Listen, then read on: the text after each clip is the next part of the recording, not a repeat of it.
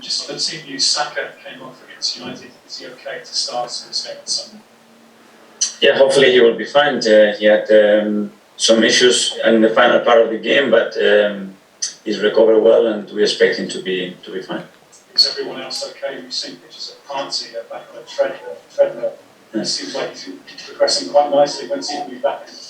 He's progressing, but he had a significant injury, a recurrent injury as well. So we don't expect him to make progress that quickly to see him this season. But hopefully I am wrong. Tommy Ashley also got pitched in there against United for the final few minutes. You've got a decision to make, haven't you, about whether he comes back into the starting 11. I mean, is he ready to start too young, you think? Well, you only know that when a player's been a long spell, when you put him on the pitch, and he hasn't started any matches yet, and he's like a little bit of time on the pitch, so it's a decision that we will make tomorrow. So what about this match? 5 games to go, 2 points clear of Spurs. Is it 2-horse race now for the top 4? I don't think so. I think they're going to be still twists and turns. We all have difficult matches to play. We all know how difficult it is to win the games in the Premier League, and now we had 2 really good results that are putting again in a really good position, but it's again about doing it again with West Ham. How big 3 consecutive wins they've been at this stage in the season? I think in the league, when you are able to win consecutively away and at home, it gives you a huge platform, and things quickly change. So we have some momentum now, and we're going to make the most out of it. Obviously, you saw West Ham in action in Europe last night. They're in between Europa League semi-finals. How much is this an advantage to you on Sunday? They've been doing that all season, and they've been really good in both competition. They have a bigger squad as well. They have many different options to change the play and still maintain the level. So I don't see that. We have played games Wednesday night and Saturday 12:30. We have managed to beat them, so I don't think about that. The game at West Ham last year was spectacular. You were saying afterwards it would give you nightmares. 3-point draw. But how much do you think Arsenal have improved since that game at West Ham last season? Hopefully a lot, especially what we did in the first 20-30 minutes of the game, that we put ourselves in a really difficult position. It's true that we reacted phenomenally well, but obviously we want to start the game in a different way. Just 2 more. We've been speaking to Granit Xhaka, who's been telling us how good a mental place he's in at the moment. What would you put down his renaissance at Arsenal this season? Things that are happening in his life, in his private life. He's a father now. He's been through a lot. He's been through difficult moments here. He's found, I think, a lot of support internally to deal with certain situations. His character, the way he approaches problems, how he's willing to change things, to improve constantly, to become a better person, a better player, and credit to him for what he's done. Just finally, on Jurgen Klopp's new contract at Liverpool. It's good news for Liverpool fans, but is it good news for the other teams? Do you think at the top of the Premier League trying to... We have not decided what is right for us, so whatever the other teams do, I'm assuming that they are doing to keep in at the best level, and Jurgen has shown what he's done for that club in the last 6 years. Roger from Premier. Hi, Mikel. First of all, you said it's not a 2-horse race between yourself and Spurs, but you two are vying for that 4th spot. Looking at the way the fixtures pan out over the next 5 games, Spurs, I think, are playing before you in a few of those. Just to have any bearing the way the fixtures fall, is there a benefit to you that they play first or benefit to them? I think nobody knows about that. So last time they played before us and we didn't take that advantage. It's gone the other way around as well. So I don't know. We can just focus in what we can do. Would it be a benefit if you saw that they had lost? Does that give something to your team going up and knowing that you can capitalise? If we win, yes. And that's the best thing. If they lose and we win, obviously we are 1 game less in a much stronger position. You mentioned before about West Ham. They are in between their 2 semi-final legs. We've seen that their results have perhaps dropped off in the last couple of months or so. Are they finding out now how difficult it is to go deep into European competition and maintain a challenge in the Premier League? It is very demanding, but you watch yesterday's game and the chances that they created and the chances that they missed, the result would have been very, very different. So I don't think it's a performance issue. And of course, it is demanding when you're playing 3 times a week. From your point of view, you haven't had that distraction of Europe, and I know there's a lot of upset around Arsenal when they didn't qualify for Europe last season. But looking at it now, would you say you benefited being able to work with your squad now? They benefited. It's what we had, and what we said is we're going to try to make the most out of it and try to play it in our favour and try to take advantages from that situation. And with just these 5 games to go, your squad has risen to challenges so far this season. Now it's coming down to the crunch. Is this a new experience, a learning experience for a lot of them now that they've got to get these results when it really matters? For most of them it is, but it's been like this for the last 2 or 3 months where everybody's talking about it and they can feel the importance of every match. But this is what we want to get to April and May and things to play for. Thank you. Jordan Dixie. Mikel, I just wondered, this time last season, I think you were sort of 9th, 49 points. The journey that Arsenal have been on since then, just how much is a different place as the club now from where it was 12 months ago? What's changed so much?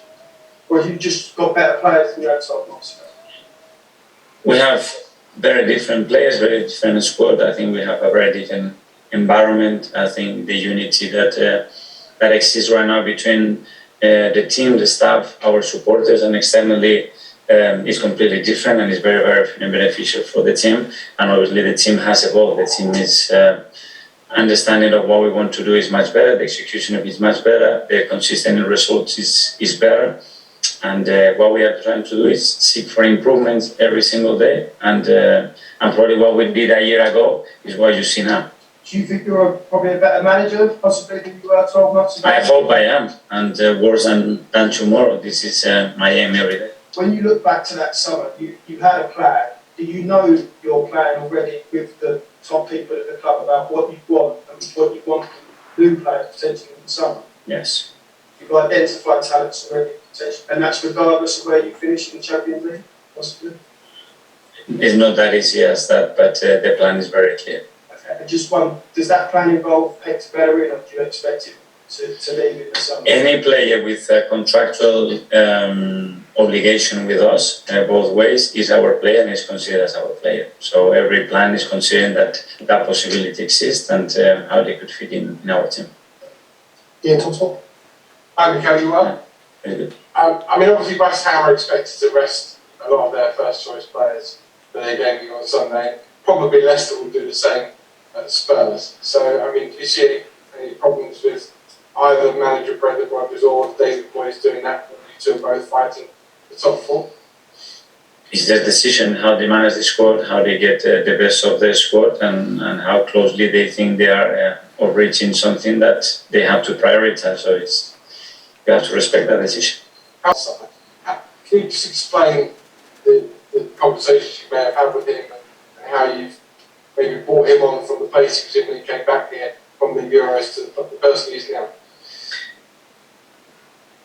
The first 2 conversations that I had it was straight after the incident, but I must say that Gareth Southgate was really helpful as well because he had Bukayo in his hands in that moment and they were really caring, really supportive of him. So by the time he joined us, he was already in a really good place. And obviously what he got is all support and love and help in any way that he needed it to overcome that situation. And then it's down to he and his family and the people around him that I think they were very important as well.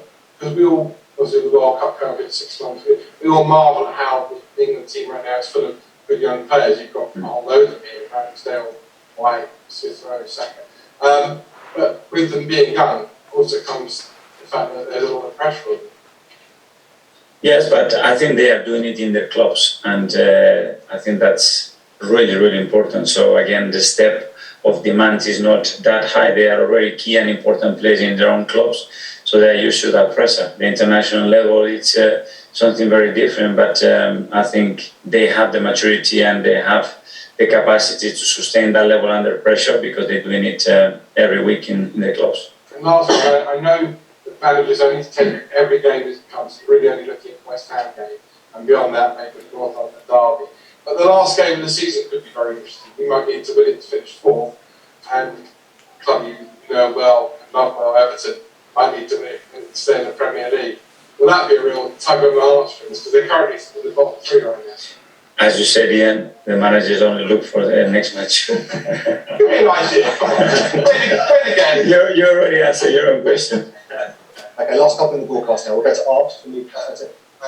Hello. On Tommy Ash, I think throughout the season, one thing that's been quite good about him is his left foot, it's great press. I'm just wondering how beneficial is that to you as a manager? Do you expect that from him? Well, when we follow the player and we identify him as one of the candidates, obviously it was something that I came across, and it gives you a lot of solution, not only because from the right position he can use both feet, but he can play right centre back, left centre back, he can play left back, so that gives you enormous variability, and is the way they've been raised and coached since a really young age. That's what he says. So for him, left and right is the same. Yeah, a conversation about that when he came in and realised that. Yes, I asked him, so how you've been coached, because it's always very interesting things that we can take on board and to implement in our club, and you see that is such a beneficial thing. So it's good to understand other cultures and other ways of coaching. And finally, in the broadcast, we'll go to Simon from the stand.